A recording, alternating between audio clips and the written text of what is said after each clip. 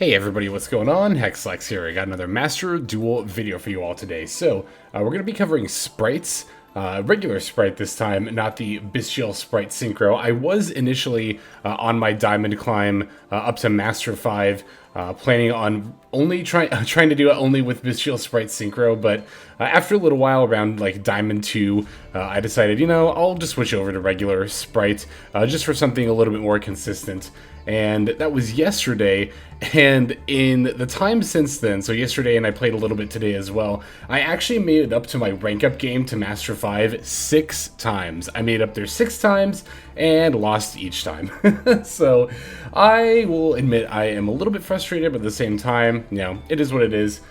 Still got a week left at this point, so I am feeling relatively hopeful. I am back down to Diamond 2, which always sucks, but, it just happens when you ladder in card games sometimes. It's part of the territory, and again, we still have a week, so, yeah, I'll just go ahead and go on with this Spright deck here. I've only made a couple of changes from my initial deck profile from post new selection pack, post Sprind, basically.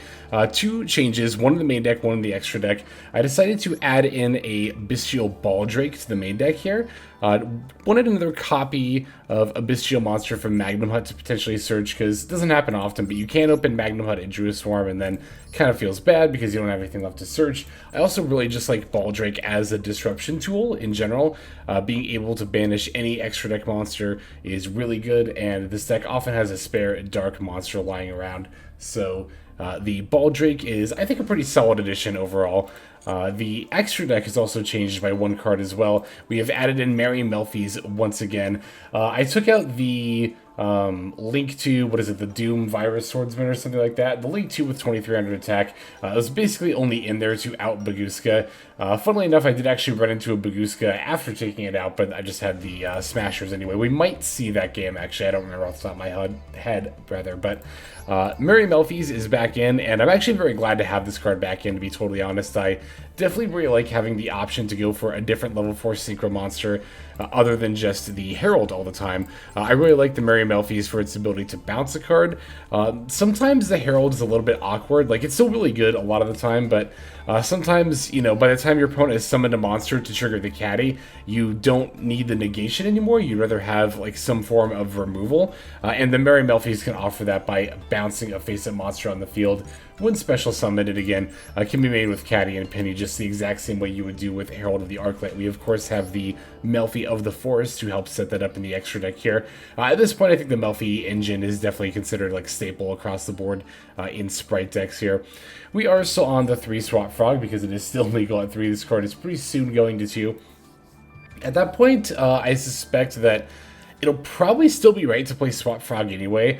You probably just play like another hand trap or something, another piece of disruption over the Swap Frog that you're missing. Although between that and Jet, to be fair, you might want to throw in something like Prosperity. I'll probably be playing that again. I've played it in the past in Spright to kind of help with consistency, but now with 2 more cards, again, 1 copy of each Swap Frog and Spright Jet getting lost here in about a week or so at the end of the season, then I do think that we will be needing to find our tools to help get our play started a little bit more instead of just jamming more disruption in. So, because there are some times where you just open very disruption. I mean, that's going to happen with any deck, but with this deck in particular, like, you do kind of feel the loss of the 3rd Spright Blue. Like, it does definitely feel a little bit less consistent, but at the same time, it kind of doesn't, because we now have Spright Sprind, and that opens up so many lines, being able to, of course, send the Nimble Angler and grab 2 Nimble Beavers directly from our deck.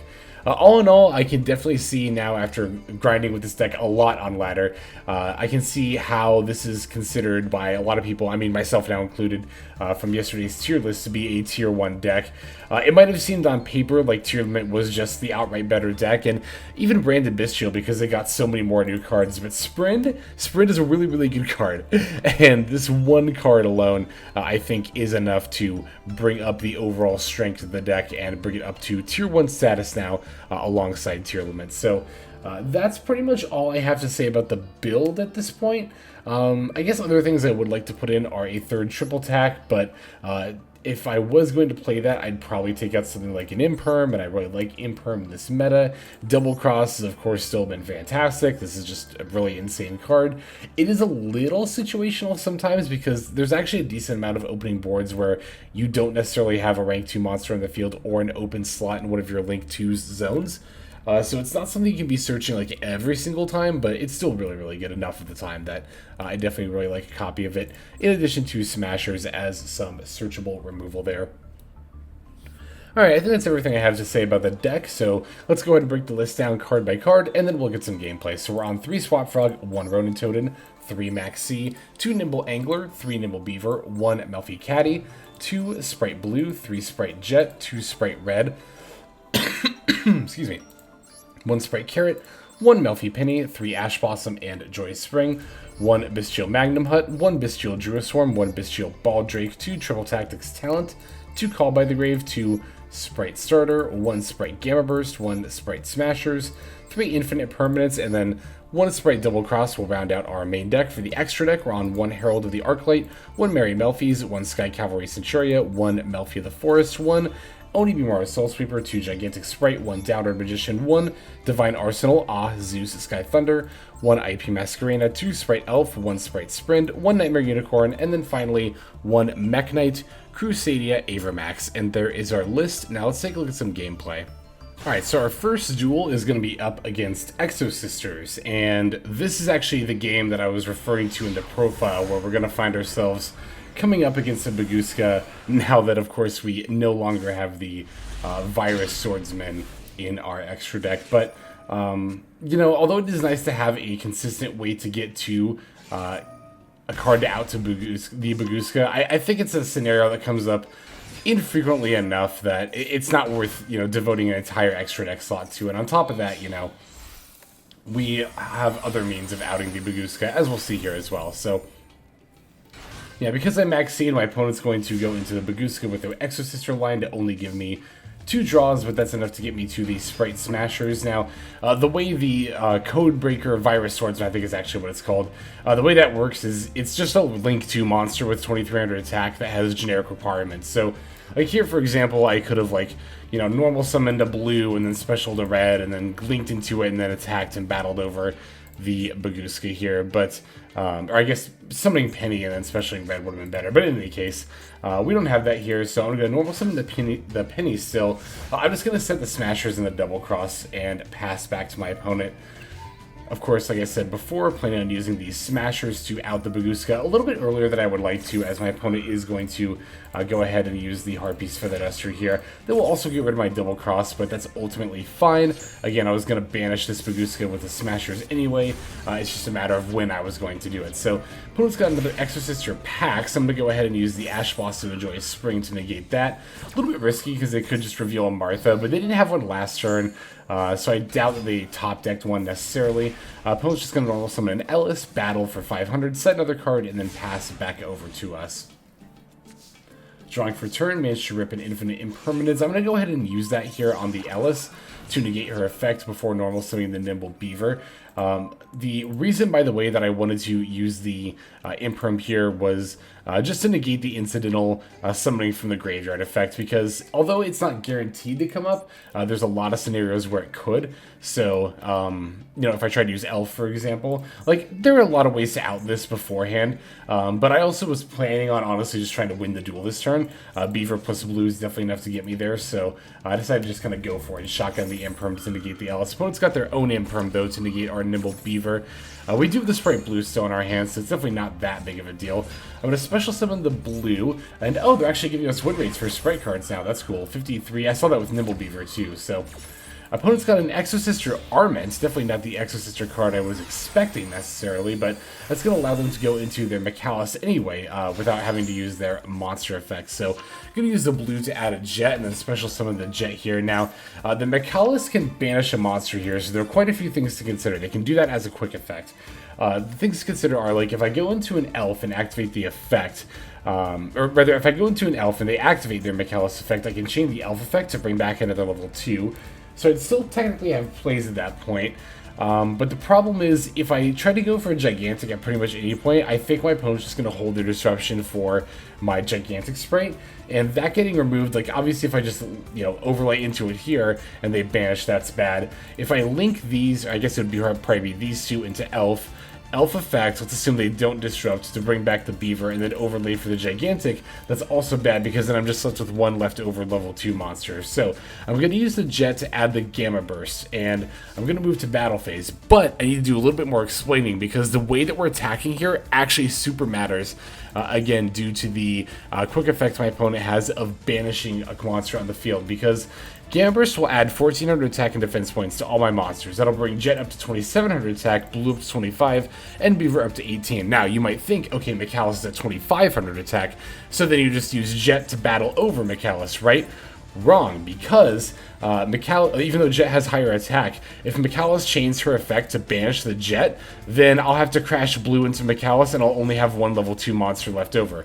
So what I'm going to do instead is battle with Blue and then activate Gamma Burst. So now, if my opponent wants to banish the Blue to not lose their Mekk-Knight, I can still use Jet to run over it, Beaver to attack directly, and I'll have 2 level 2 monsters. If they don't chain the effect, which is what's going to happen here, Blue crashes into Mekk-Knight, and I still have 2 level 2 monsters to make plays with during my opponent's main phase too. So that's something that's such a minor thing that doesn't seem like it would matter, but it 100% did. That was definitely like the difference between me probably winning or losing, honestly. Like, it obviously very much depends on what my opponent's top deck card would have been. However, if it would have been like an Exo Sister Martha or like a third Pax for a Martha, then they would have gotten plays, and that could have very easily ended very badly for me if all I had was like a random Nimble Beaver and nothing else. But as you can see, my opponent's just going to go ahead and concede. With the Spright Sprind coming down, I can just send a Nimble Angler, special 2 Beavers for my deck, and then from there I pretty much just have plays for days. So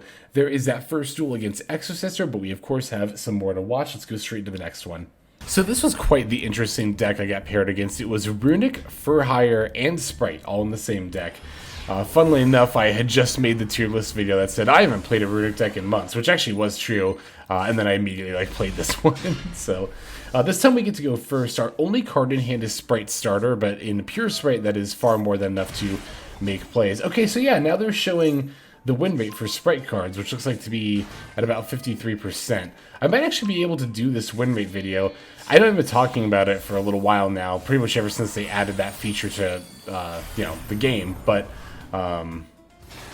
the reason that I hadn't really looked into it too much beforehand was because, Konami hadn't given us too much in the way of win rates in terms of decks like Sprites, but it seems like now they are rolling out the win rates of more cards. This is, again, I think a very useful tool. I think more so than a lot of people realize, because the ability to know win rates for when each particular card is played is very important, and can often be more determinant to actually establishing a tier list than, like player opinion or something. But this is going to be a fairly standard fare Spright board again, because we only had the one starter, but of course the upside of that is that we then get to set 4 cards in addition to ending on Elf, IP Masquerena, and the Ronintoadin here. So one of the 4 cards is just going to be a bluff triple attack because I opened a 2 in my opening hand, and my opponent didn't, trigger any effects to make me use one during my turn. But so we're going to start with the Fossil Dig. I'm going to start by chaining the Elf and trying to get back the Spright Blue here. Interestingly enough, chaining the Runic Flashing Fire. So of course when I see the Fossil Dig, I was only thinking of Dinos, and I'm like, oh, Soul-Eating Overraptor, rather. But then they chained the Runic Flashing Fire. I did totally forget that, of course, one of the better Runic cards in the main deck, the... not Rex Term, that's a Dinomorphia. What is it? The Dinosaur. They have a level 2 Dinosaur Runic, and that's what they're trying to get with the Fossil Dig here. So the Runic Flashing Fire is going to target the Spright Elf. That is getting back my blue. I'm going to chain the IP Masquerena effect here, mostly just looking to avoid not mostly just looking to avoid, in addition to looking to avoid the 2 banishes, we also get to now go for our Avramax. That's the main thing I want to do here. Thankfully, the Runic Flashing Fire does target, so now the effect completely fizzles, and my opponent's going to concede at this point. I will say that in the actual game, it was not like a snap concede, like it kind of shows here. They definitely paused for a moment before conceding, which I think was them trying to figure out, or maybe look through their deck list to see if they had any possible out to the IP Avramax, and then when they saw that they did not have one, they just decided to concede the duel. So there is that game. We still, of course, have a couple more to jump into, so let's go into those. This one's going to be up against Mekk-Knight. It's the Code Talker variant. It's definitely a while since I've seen like Mekk-Knight period, but definitely has been a minute since I've seen this particular variant of it. There's a lot of diversity in Diamond, Upper Diamond right now. It's actually pretty cool to see and just play against in general, but this hand's absolutely ridiculous, mostly because we opened a Swap Frog and Nimble Angler. If you ever happen to open those two cards, it's pretty much just like game over. You have all the gas in the world. You can even chain block the Nimble Angler effect with the Swap Frog effect, so even if your opponent has the Ash Blossom, they will not be able to use it in that instance. So I'm going to throw out the Spright Carrot here before the Gigantic comes down, just in case they do happen to have an Imperm. They don't, so I'm going to go ahead and just grab the... I'm going to grab a red because I already have my Swap Frog engine online, and if I didn't have it already in hand, I would have grabbed the Maxx, because then I could have bounced it back to hand with the Swap Frog that's being summoned here. But because I already had pretty much everything with this hand, I just grabbed a Spright Red out of my deck just to have some more disruption here. So I'm going to go into an IP Masquerena. My zone placement was a little bit off. I should have put the Carrot in a different zone and put either Blue or Jet in one of the zones that Elf points to, because those are really the cards I wanted to use to make my IP Masquerena. But it's fine if we end up with a Carrot in the graveyard. It's not like the end of the world or anything. So gonna make a Merry Melffy, or sorry, not Merry Melffys, Melffy of the Forest before going into the end of my turn here, and then specialing the Catty that I just added. So opponent's going to go ahead and start with the Mathematics Subtraction. I'm going to chain the Maxx here. Opponent's got a Called by the Grave against the Maxx. That's fine. It just means we actually get to play a game of Yu-Gi-Oh! Here. I did actually debate on using the Spright Red to negate the Subtraction here, but it seems a bit premature. We also have the Double Cross here with the Xyz monster in play, so there's that to consider as removal as well. I'm going to go ahead and go for the Spright Catty and then the Pinny here. I'll use Melffy the Forest just because I can. I'm going to wait and use this Pinny. When my opponent normal summons a Diameter, then I'll go ahead and use the Pinny to grab the Merry Melffys here. Utilizing the Merry Melffys in order to bounce the Diameter back to my hand. And wow, Merry Melffys with a 53.7% win rate. I'm assuming that's because it's, part of Spright, but still. This is one example of where I really, really like the Merry Melffys over Herald of the Arclight.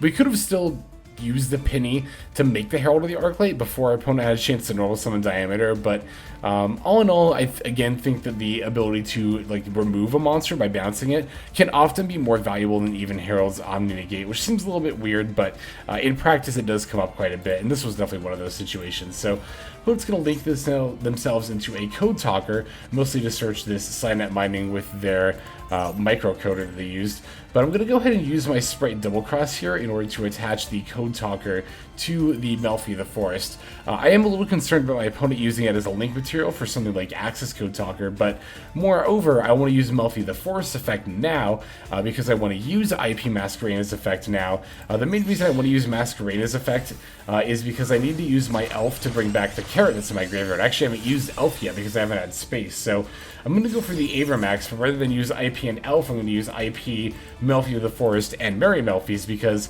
Avramax's conditions are 2 or more monsters summoned from the extra deck, which, of course, both the Merry Melffys and Melffy of the Forest were. Now that I have the room, my opponent's going to concede before I have a chance to do it, but now that I have the room, I can use the Spright Elf effect to bring back Carrot, and now if my opponent tries to go to activate that Signet Mining they added, I can just use Carrot effect to send the Spright Blue, negate it, and then we're all good there. At that point, my opponent has, I think, 3 cards left, right? One of them we know is Diameter, and they've used their normal summon. I still have a red negate, and even if they manage to get through those negates, they still have to out an IP and Avramax, which Mekk-Knight does not always have the hardest time doing. In fact, if you're not playing Underworld Goddess specifically, it can be near impossible for the deck to even out it. So, yeah, there is that duel. We do have one more, though, so let's go straight into it for this last one. And this last one will be against Adamancipator. Adamancipator can be a very scary deck to play against, but one of the key things to playing against it, like most decks, is to know when to use your disruption. So we're going to go second here. We only open Imperm, which against Adamancipator might not seem like it's enough, but it can be under a lot of circumstances. The opponent's going to start by normally Analyzer and then activating the effect. You'll notice I did not Imperm it. That is because I want to save my Imperm for a very specific card that's going to come up here shortly. They're going to grab a Supplier. Supplier will get a Guardian. Now they're overlaying into Gallant Granite, and this is the choke point for Adamancipator. This is where I'm going to fire off the Imperm to stop them from being able to add the Block Dragon, because Adamancipator, it might seem like it's a deck that has like a lot of gas, infinite extenders, and it seems like it can constantly just go off, but I will say the deck definitely lives and dies by Block Dragon a lot of the time. Not every single time, but a lot of the time. And this is going to be one of those instances as I improve my opponent's Gallant Granite to negate the effect. They're forced to just set a card before passing, as they've already used their normal summon. One of their cards I know is, of course, the Quackmere Guardian, and none of the other ones are relevant extenders. So opponent's going to fire off a Maxx when I normal summon the Ronintoadin, but I am going for it. I'm just going to go ahead and start playing into it, because I know my opponent can't imperm me. They've now already used the Ash Blossom against the Spright Blue, which was pretty relevant because they had the Jet for a starter in hand anyway. So here I definitely should have gone for the... Well, I guess it doesn't matter if I go for the red off the starter or for the Gigantic next. I'm a little bit susceptible to Nibiru either way, but Nibiru is still pretty rare in this meta. I did say that I was thinking about playing it in more decks, but I think it's like very borderline, and I think the fact that the top two decks, and a lot of which you're going to be facing on ladder right now, are Tier Limit and Spright, I think it's just enough that Nibiru is still barely not worth it, but it's close. It's really close, so... anyway, now I'm going for the Gigantic for Swap Frog. Swap Frog F is going to send another swap because I've already got the Ronin in the graveyard. I've got this Gamma Burst, so I pretty much have easy access to lethal, and my opponent, realizing this, is just going to ultimately concede. They know now that I'm more or less calling their Maxx bluff. This is something that I've seen quite a bit also when I'm playing against people, right? Is like, I'll Maxx when my opponent has the ability to attack, thinking to myself, like, I could draw an Ash Blossom, but that's like really the only negation I have, but the opponent will still, like, you know, pretty much stop summoning and immediately go to battle phase at that point. But I do think that is really important when you're playing into Maxx, particularly when you can attack, is like, okay, is my combo lethal? Like, do I have lethal with my plays? Not only trying to figure that out, but if the answer is yes, then also trying to figure out, okay, what does my opponent reasonably likely have to stop me? And in this meta, again, I think Nibiru is not only unpopular, but also not necessarily right to be playing in every single deck. So with that being the case, there's a lot of instances where you can get away with winning under Maxx like this. Just because, again, you can lethal and it won't matter how much advantage your opponent gains if they can't find anything to stop you. But that's going to do it for our games. Let's just go ahead and move now to our outro. Alright everybody, thank you so much for watching all the way to the very end of the video like this. That means a whole lot to me. Not just personally, but it's also a great way of supporting the channel as well. If you're interested in supporting the channel in other means, you can of course feel free to comment and or subscribe right here on YouTube. I'm always looking to the comments section.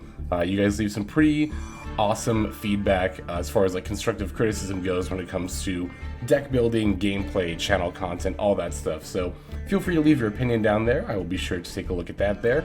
And then subscribing is going to be the best way to get notifications of when these videos drop. That does happen every day, by the way, so if you're looking for daily Master Duel content, you've come to the right place. And there are more places where you can get some daily Master Duel content. If you check out the description below, follow the top link over to my Patreon page.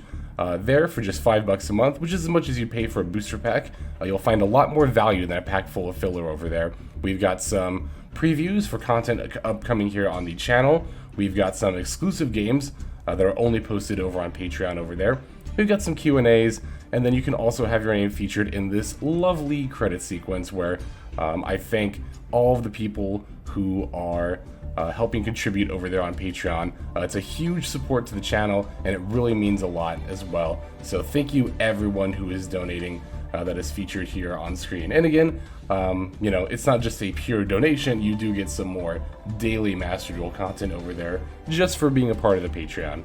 But I think that's about all the time that I have for today's video. Once again, I just want to thank you so very much for sticking all the way to the end of the video. Again, it just means a lot, as I do put a decent amount of work into getting these videos out every single day. But that's about all the time that I've got for now. So without further ado, this is Xlex.